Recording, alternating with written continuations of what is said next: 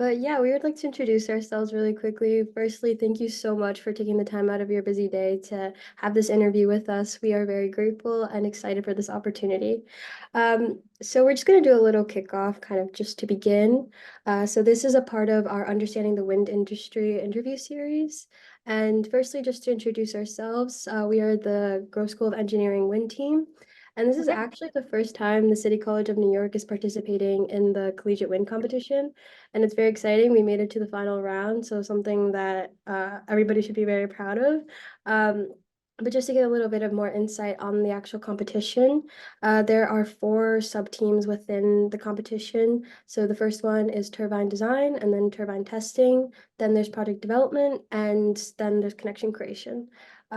Which connection creation mostly focuses on creating an outreach program and just kind of expanding the knowledge of the wind industry to the students of our college.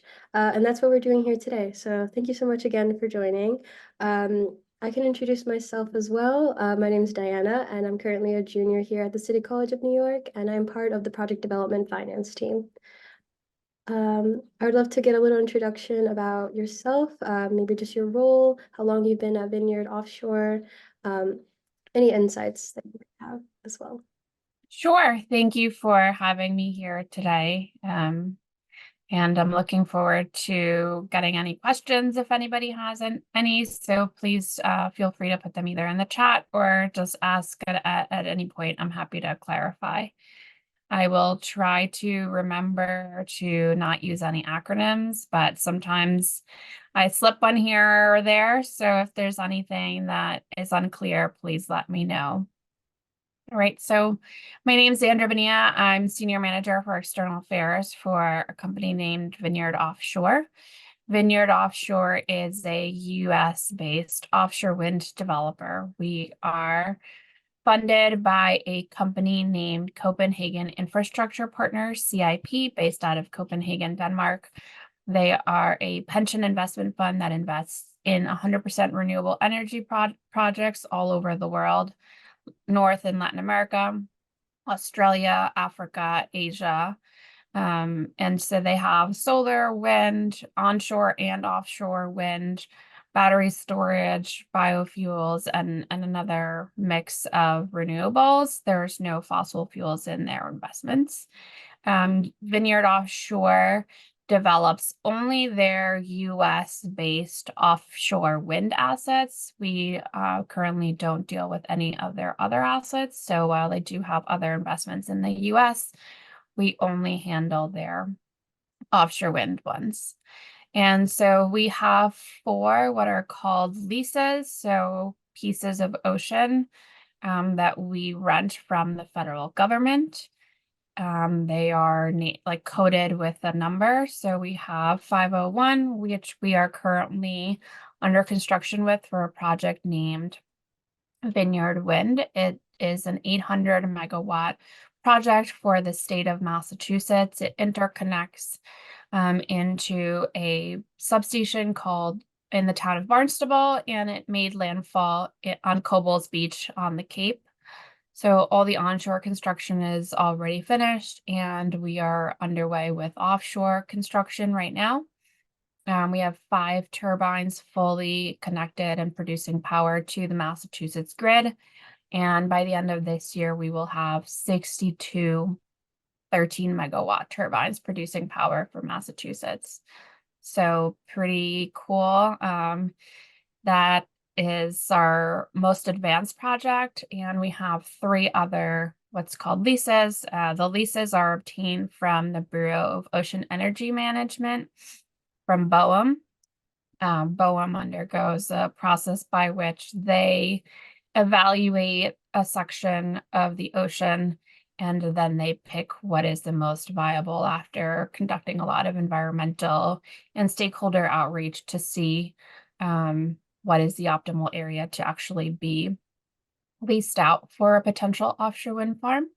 So we have 3 others. The first is 522, which currently has no projects attached to it yet, and it is also east of New York and south of Massachusetts. In that area of leases, it is the southernmost lease. And then we have another one called 562, which is off of the coast of Humboldt County in Northern California. That is a long timeline horizon away. It would be a floating project. So one of the reasons why offshore wind has started in the Northeast is because we have a pretty shallow seabed, and you could do monopiles into the seabed, whereas in the Gulf and on the West Coast, once you get a couple miles offshore, seabed drops to thousands of feet, and that's really difficult to anchor monopiles into the seabed floor. So we are investigating a lot of floating turbine technology to see what's best while working with California to move that forward. So that also doesn't have a project attached to it. It is currently just a lease. And then the one that's probably most relevant to this conversation is for our 544 lease. So in February of 2022, the federal government, BOEM, had a lease for what they call the New York Bight area. And it's the area it looks like a mouth between New Jersey and New York. And there were 6 leases awarded at that time. Ours was 544. And last October, we received a provisional award from NYSERDA, the New York State Energy and Research Development Authority. They put out what's called OREC RFPs. So in New York, we do renewable energy credit contracts, and the NYSERDA puts out an RFP, a request for proposal for projects. Vineyard Offshore submitted a couple different variations, and ultimately we were provisionally awarded a 1,300 megawatt project interconnecting into a substation in Uniondale in Nassau County. So we are still evaluating our landfall, a slew of landfall and routing options that will get us to our point of interconnection. And it's a project with a timeline to get to be finalized by 2030, 2031, depending on a lot of different conditions in our federal and state permitting, as well as our engagement with local stakeholders, municipalities, groups, our workforce development and supply chain development efforts. So that's a little bit about the company. Any questions so far? And then I can talk a little bit more about myself and how I got here. Yeah, I can open the floor to the audience. If they have any questions, feel free to chime in. Otherwise, we do have some guided questions prepared, just to learn about a little bit more about yourself. But yeah, if anybody has a question, feel free to ask. That was a lot of Um, interesting information. yeah, I just had a quick question on, it seems like obviously there's a lot of rigor that goes into these projects. I just wanted to know, like, what is like the timeline roughly for just planning and development of these farms? The project development timeline that we call it is somewhere between 4 to 6 years, depending on the circumstances and the permitting. And sometimes you can submit a proposal to the adjacent states, but you may not be awarded a project, so you kind of have to do that again. And the lease continues to be under development, but you can't actually do a full project permitting without having a contract with one of the nearby states. So we got this 544 in 2022, but it'll be about 2027, 2028 before we reach construction. And so that's about 6 years. There are some that might be a little less, but typically it's about 6 years of development before you hit construction. It could be a little bit more. And in that development period, you go through 2 different levels of permitting that are simultaneous. You do the federal level permitting through the Bureau of Ocean Energy Management, and you give them what's called a COP, a construction operations plan, and basically you give them the max that you might develop in a lease area, and they analyze all sorts of factors of how you're going to do that. What are the environmental, fisheries, land impacts of you doing that construction right up until you make landfall. And then the minute that your export cable, which is the cable that comes from the offshore substation to landfall point, once you get to land, then the state permitting process takes place. In New York, the state permitting process is called Article 7. It is a utility scale transmission permitting process, and that can also take somewhere between 3 to 5 years, depending on a variety of factors. And so usually you do those two processes simultaneously. It does vary by state. So in Massachusetts, there's a little bit of a different process. And in New Jersey, it's a little bit different because in New York and Massachusetts, the developer is charged with doing both the offshore and the onshore transmission piece. Whereas in New Jersey, they have put together a way for everybody making landfall in one place, and somebody else develops the transmission from landfall to point of interconnection. So the permitting is a little bit different there. For new projects, for some of their older and previously procured projects, those also have a similar project to Massachusetts and New York. So hope that answered your question. Yeah, and then some. Thank you. No problem. Great. So if there's no more questions about that, I'm happy to talk a little bit about myself and what my role is, and how I got here.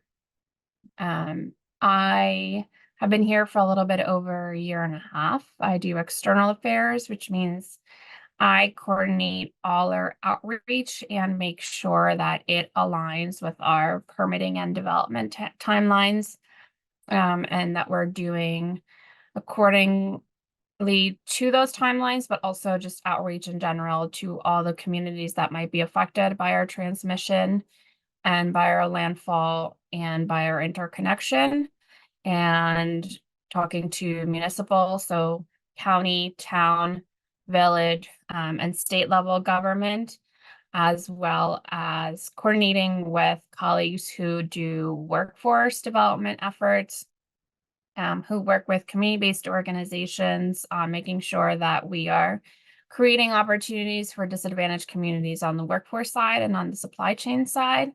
I also work closely with labor folks, so we have committed to do it's called a project labor agreement, and that means making sure that we're doing our best to use union labor for the construction of our projects. And so we have goals, and we need to make sure that we work with all the training centers so that they are appropriately prepared to have the people that we will need for the construction of our project. And then we will also look to sign what's called a labor peace agreement.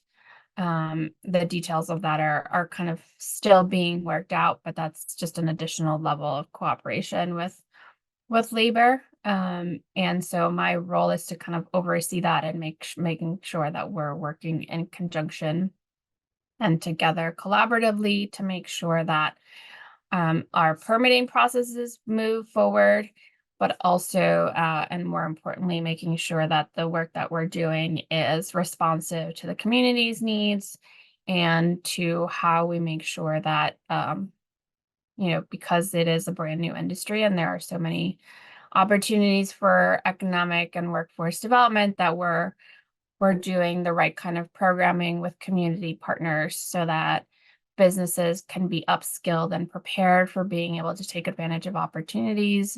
And if there's anybody who, like yourselves, who are thinking about the industry or who might need additional training or who want to be in the industry but don't know how to get into it, are given the right tools for that.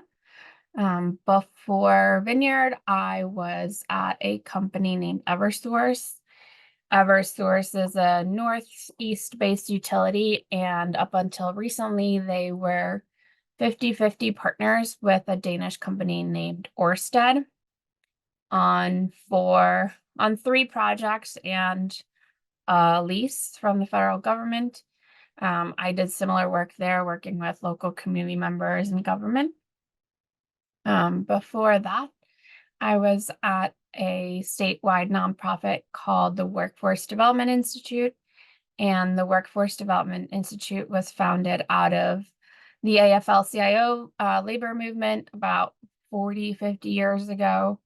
And through that, I did a lot of work and relationship building with union groups and with local manufacturers on Long Island. I was the Long Island Regional Director. And then before that, for about 9 years, I worked closely as a project manager, community liaison for a revitalization effort in a downtown in Huntington Station.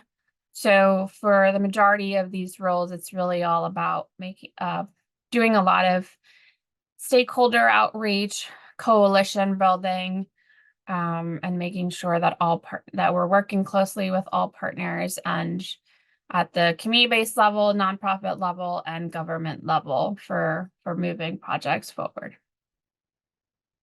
So, and I did not know for a single day that I was going to end up doing either real estate or offshore wind. I went to Brown University and I double majored in international relations and Latin American studies. They are both pretty similar to political science. And so I thought I wanted to do something in government. I considered law pretty shortly and then decided I didn't want any more student loans or more schooling. So I kind of started working and ended up here. So nowhere in my wildest dreams was offshore wind a thought.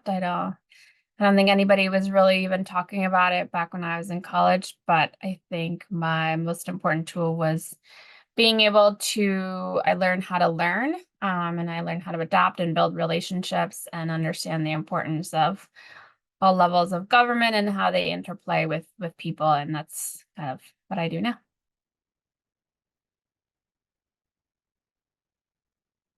Well, that's amazing. I know for myself also too, like learning about the wind industry has just been a whole wild experience. And I'm a finance major and just coming into this, no really expectations of what the wind industry looked like. So it's kind of cool. Like, you learn a lot and it's really an all-encompassing thing. And kind of with that being said, I know you wear many hats in this role. You're interacting with a variety of people and trying to get them engaged within the offshore wind industry. What have you found to be some of the challenges that you tackle on the day-to-day, and what have you found to be like good solutions to those issues? So I think there's several challenges. I mean, Vineyard was not unfortunately involved in some of the inflation issues that some companies faced in New York and New Jersey over the last couple years. And I'm not sure how closely you've monitored that, but there were projects that were previously secured before COVID, and supply chain and inflation became a big issue for them, particularly after the Russian invasion of Ukraine. When that happened, gas and oil that became much more prized commodities, and Europe doubled down on their offshore wind goals, which meant that some of the suppliers for the components for offshore wind farms are now having to think about whether they sell to US projects or European projects, or is it worth it for them to establish manufacturing in the US when there's an industry established already in Europe that is on high demand as well. So that's definitely, while we didn't have an issue with our previous projects, that's something that we are dealing with that now. And even though, like I said, development is something that takes 5, 6, 7 years, we have to think about procuring big ticket items in that timeline as well, which is tricky when you're talking about, permits that take a while and you're not sure if you should procure something or not in that timeline. So those are kind of big ticket difficulties for the industry as a whole. And then more specifically for now, like one of the things we've come across is there's a lot of misinformation in the industry. I think that there's a lot of fear about something new, right? Like this has never been done before in the US, and it is a pretty well established industry in Europe. I believe that the first offshore wind farm was put up in Europe in the early 1990s and was decommissioned in the last couple of years. So they already had one that was up, operated for almost 40 years and was taken down. And we're still trying to get started. So it's something that people are unsure about. And we do have different environments than in marine and fisheries and aquatic environments. But we recognize also that it's really important to transition to more renewable forms of energy because one, fossil fuels are obviously very prone to things like geopolitical issues. And we now know that fossil fuels are really driving a level of climate change and global warming that we are very close to getting to a point that we might not be able to turn back. So it's very important to transition. And obviously it has to be a transition, right? We can't just say, okay, we're done with oil and gas and until we have really well-established renewables. But I think there's a fear of, what is it going to do if it's out in the ocean? So we work very closely with BOEM and NOAA and all sorts of federal agencies to make sure that we are doing things in the most with the least amount of impact. I think there obviously is still some sort of impact.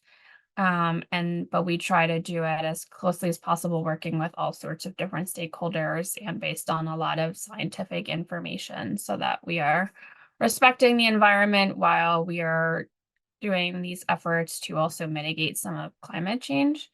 There's still a lot of misinformation about, offshore wind is causing whale deaths. I'm not sure if you've heard that. There has been what's called an unusual mortality event of whales since about 2016. But the first monopiles for offshore wind turbines in the US went into the ocean just last year. So it's not that, and based on a lot of BOEM and NOAA and local environmental nonprofits research, it's been shown that a lot of it is vessel strikes and sometimes abandoned fishing gear. Also, part of that is that because of global warming, the fish that whales eat have migrated further north because the waters are warming. And so up here, now the whales come here to eat, and they are now here and at a higher rate than they used to be previously. Also because we've actually cleaned up our New York waterways, so whales also like that, and fish like that the water is cleaner. So that's good news that we have cleaner water, but bad news that it's we have a harbor that's really big for ports and a main harbor globally for goods, and so that is a little bit of a conflict with marine life, and that's important for us to keep in mind. And so offshore wind projects have what's called protected species observers on all their vessels and really strict speed restrictions to make sure that we're protecting marine life. And I think it's just important to make sure that we are reaching the people that we need to reach with information so that we can combat that misinformation. Because we really do believe in the importance of renewable energy for mitigating climate change. Yeah, of course. With something that powerful, there's bound to be a lot of challenges tied to it. And it's really cool, like just hearing about the precautions you guys are taking and all the steps you have to follow to make sure that, you are able to enact this greater good. Um, and kind of just shifting gears here, we have a lot of people in the room that, are interested in the wind industry, and we would love to hear a piece of advice or just some like tips that you would recommend for people that are looking to get into the wind industry. Yeah, so I think it would be good to hear what everyone is interested in, and then I can be a little bit more direct in what that is. Would everybody be willing to say either what you're studying or what you're interested in, and then I can direct a little bit better the conversation? I can start. My name is Keanu. I'm a mechanical engineer and I'm interested particularly in mechanical design.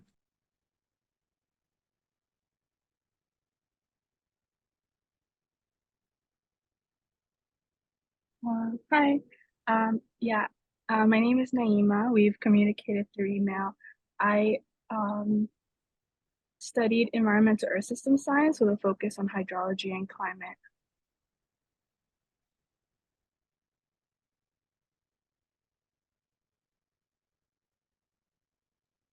Hello, my name is Lea Gramonte. I am currently a junior and I'm studying finance along with Diana.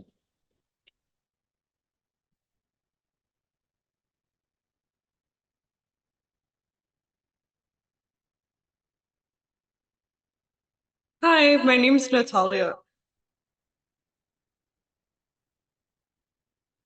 Oh, sorry, 1 minute.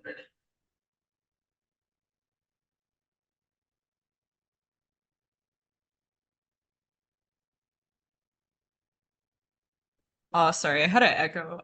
Yeah, my name is Natalia. I'm a mechanical engineering student, and I'm interested in like project siting. All right. Hello, my name is Julie, and I'm also a mechanical engineer, and I'm currently doing research on aerostructures. So I'm actually really interested in water in like wind turbines. Yep.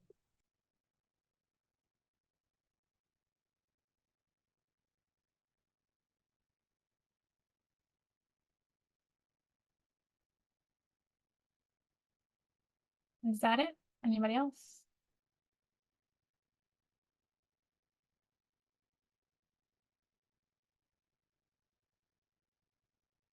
Okay. So for those of you that are engineers, that's great. We have a great shortage as an industry of engineers. If there's still time, we are particularly short on electrical engineers. And so if there's time for you to think about that, that would be, something that's there. We obviously still use other kinds of engineers, but we have realized that we have a tremendous shortage of electrical engineers in the industry.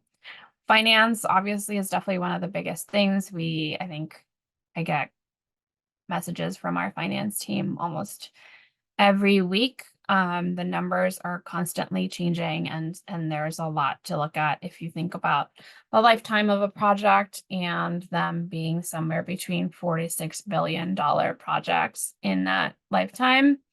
There is constantly analysis that needs to be done and worked into how the projects operate and run, and how a delay might affect the feasibility and or cost of that project. So if you're in finance, it's really analytics and a lot of projecting and day to day working on that. So I definitely encourage you to continue. That's a pathway that's available.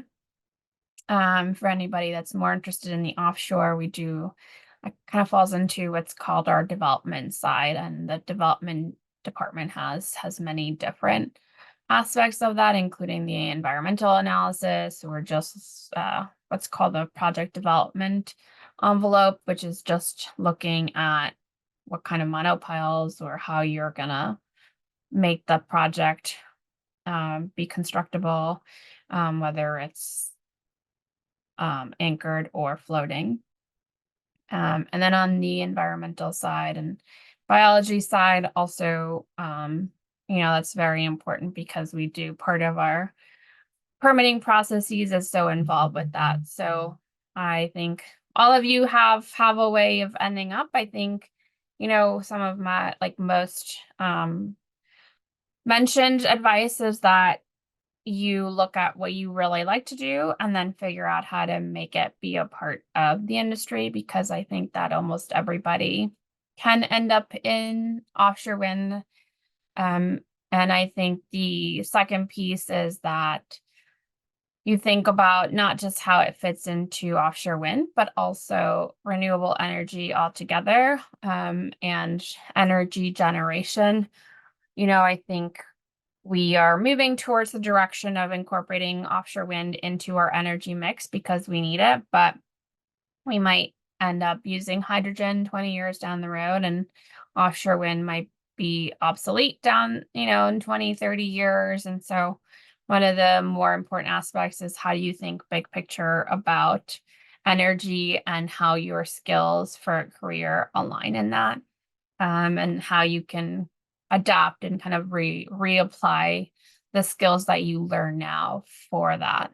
And then also any skills that I think you learn for the energy industry are also applicable to other things like infrastructure, large scale real estate development, and just any kind of construction. There's a lot of similarities on that sense. So I think most of what everyone here is looking at, except for the really offshore focused pieces, can be applicable to a lot of industries, which I think is really great, so that you're not putting yourself in too narrow of a career path.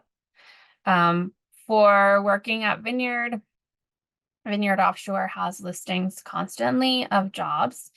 You can also check out vineyardwind.com, and there are several dozen jobs listed for operations and maintenance, all ranging from entry level to higher experience.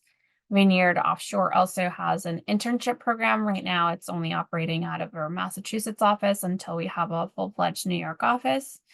We don't want to do interns virtually because we think the experience is more valuable in person. So if any of you are looking to be in Massachusetts in the near future, that's an option. There are also multiple other New York-based developers if moving out of New York is not an option or not something you're looking to do. Yeah, any other questions about that? Yeah, so you had mentioned that working in offshore wind, you gain a lot of skills and knowledge that are applicable to various industries. Kind of branching off that, what do you think some skills are that you need coming into this industry or would be beneficial for someone to have that's interested in wind?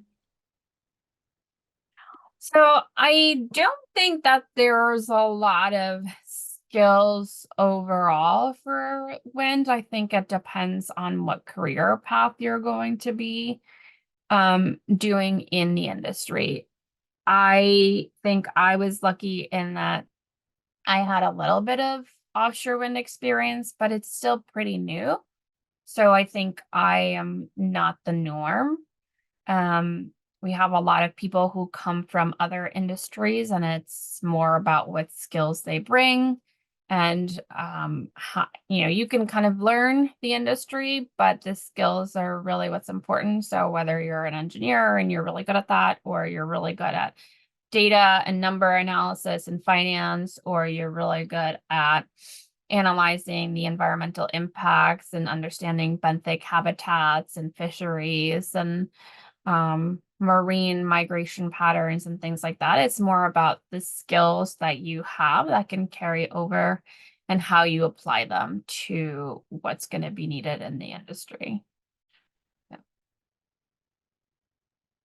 Yeah, definitely. I know the wind industry is more up and coming, or especially the offshore industry, bless you, is more up and coming. So definitely I'm sure like there has to be like an eagerness to learn there, regardless of which sector of the wind industry you're interested in going to. And yeah, definitely that's a motivation or a fueling motivation. Um, One last question for me, and then I can pass it on to the audience. But I was just wondering, what do you, bless you, what do you think the future of wind energy will look like? I know you had mentioned that, maybe one day become obsolete. But in your opinion, what do you think that would look like? Maybe on a political level, on the larger scale? Just your thoughts on that would be interesting. So, I mean, I think we're very far away from it becoming obsolete. Wind energy has a couple different aspects to it that make it the most scalable, renewable form of energy we have at the moment. We haven't quite gotten near as far with hydrogen and other technologies to be able to say that wind won't exist. So for example, the largest the largest solar farm on Long Island is 200 acres and it's a 3,200 megawatt farm. So it's a lot of land. And if you look at our turbines, if you have 13 megawatt turbines each, you could have 2.5 turbines cover the entire size of that farm. Right. So if you think about the scalability and size and capacity that wind has for a lot of our targets, right? If we're thinking about electrifying our grid on multiple fronts, we want electric vehicles, we want electric transportation, we want electric heating in order to be able to move away from fossil fuels. Offshore wind is really the generation that we have that is the most scalable at the moment. So I do think that, eventually I think we'll find other ways, but I do think that wind is going to be around for at least a few decades. The federal government, as well as a lot of states that have access to the ocean, have big goals to get us to use renewable energy, and wind as one of the leading sources of renewable energy. So I think it'll be a while, and I think we are seeing a lot of state support and a lot of federal support for moving towards renewable energy. So I don't think it'll be gone at least for a few decades. I think South Fork Wind, which is New York's first offshore wind farm, just went fully online about a month ago, and it's a small 132 megawatt farm, but it's producing energy for a large portion of eastern Long Island, which is great. That's for the Hamptons and that area where houses are really far apart. So putting in the infrastructure for something like natural gas is really cumbersome because you have to go sometimes half a mile per house. Whereas if you already have the electric grid for distribution through something else and you just are using renewable energy, it's more efficient.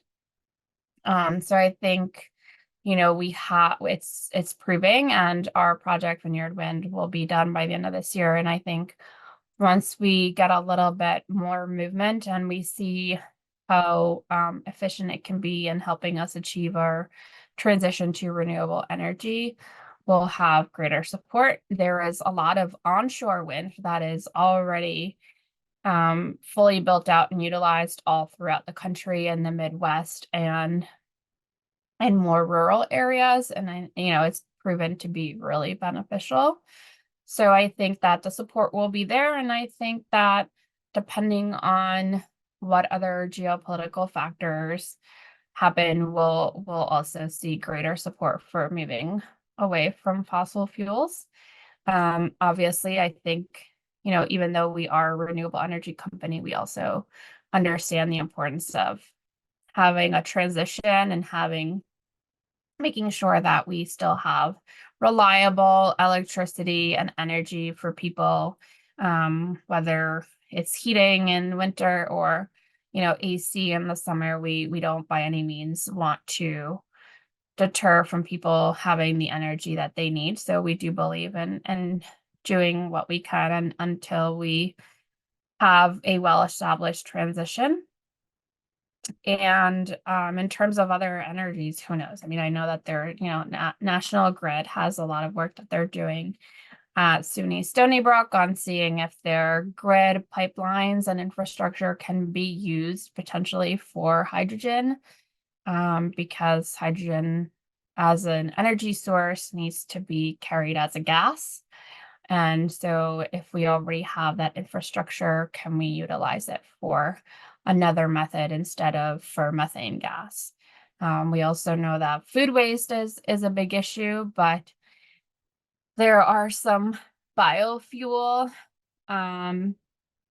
efforts undergoing in which food waste and other waste is turned into gas. And, that's not the most ideal, but at least we are capturing some of that gas and using it instead of releasing it all at once. So it's about figuring out what choices and mix we have until we can get to our renewable energy goals. That's great. Thank you so much for sharing that. Now I'm going to open it up to the audience. If you guys have any questions, feel free to chime in. This is a good opportunity to, get some answers questioned regarding reports. So yeah, if you guys are willing.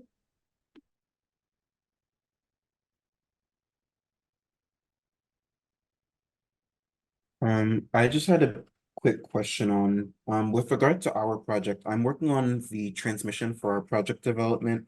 And I just wanted to know sort of some of the complications that come up with regard to landfall. I know you talked about how permitting can be its own lengthy challenge, especially like going between design and permitting, even when you're doing it in parallel. So what are some of the issues that you commonly see with regard to just landfall and like exporting that power? Yeah, it's a great question. So it's kind of a catch-22 because part of the reason why Long Island and New York City have such abundance of developers wanting to connect projects is because we are so close to the ocean and we have this proximity to the leases. And it kind of has a contradiction, juxtaposition with the fact that, people have developed near coastal regions for hundreds of years more than they have inland for that access. And so you get the contradiction where right where you want to land and you need a lot of space is where you have the least amount of space. And so finding a landfall and a transmission route to your point of interconnection is typically a pretty difficult task. And more so because we want to make sure we do it right and we do it in the least invasive way as possible, right? We understand that communities live, work, and just enjoy their communities. And so we want to respect that, but also we have to do this transition and build the infrastructure that we need. So that's part of it, right? Like we're doing this in the place that needs it the most, but it needs it the most because it is so dense. So there's a little bit of a push-pull there. And how do you do that, right?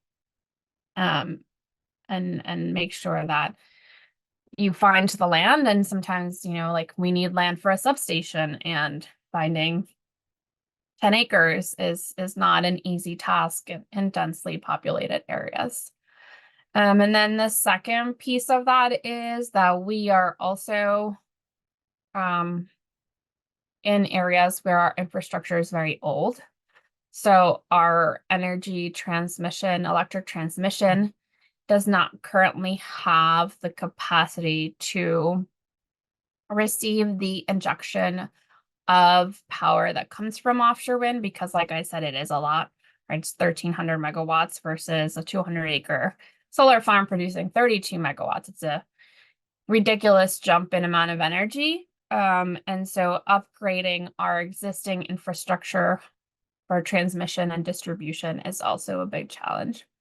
Luckily in New York, the state has undertaken a few initiatives for that. So a few years ago, the state put out a study that looked at Long Island transmission in order to upgrade it.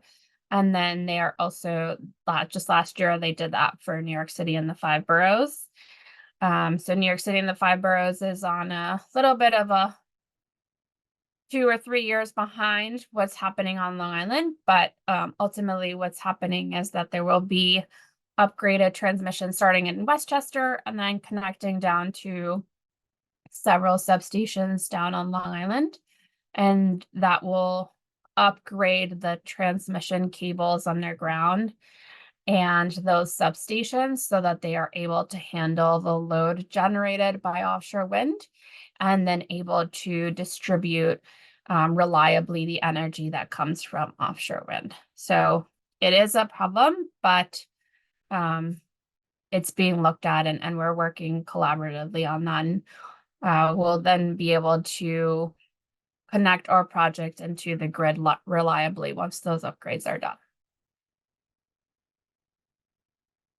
Thank you. All right, we have time for like 1 or 2 questions if anybody is interested.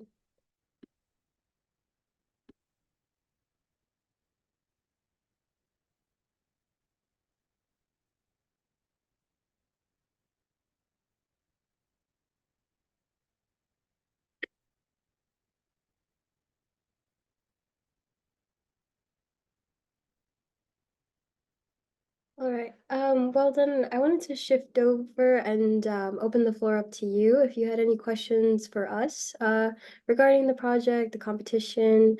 We would be happy to answer any questions you might have. Yeah, otherwise, thank you so much. We really appreciate this. This was very insightful, and thank you so much for taking the time out of your day to do this for us. It was great. Of course. I mean, it was my pleasure. I think if there's any way in which I can help in your projects, I'm happy to. So please let me know. And if there are any questions in the future from any of you or your classmates who are looking to get into the industry, I'm also happy to have those conversations, either in a large scale group or on a one-on-one basis. Oh, that'd be amazing. Do you have like a contact information that we Yeah. can refer to? Yeah, I'll drop my email right here in the chat. Thank you so much.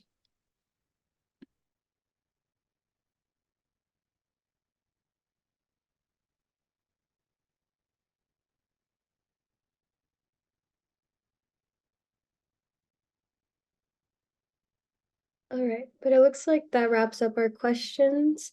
Again, thank you so much. And that's it for us. So really, yeah, if you have any more questions for us, we'd be happy to answer. But otherwise, thank you again.